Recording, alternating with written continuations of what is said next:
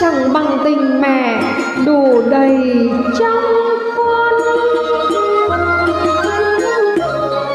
Nỗi nhớ âm mê thầm ôi sao mộng tam tháng bay. Nỗi nhớ dâng hay tràn tình mẹ chứa chan biển đông núi Thái.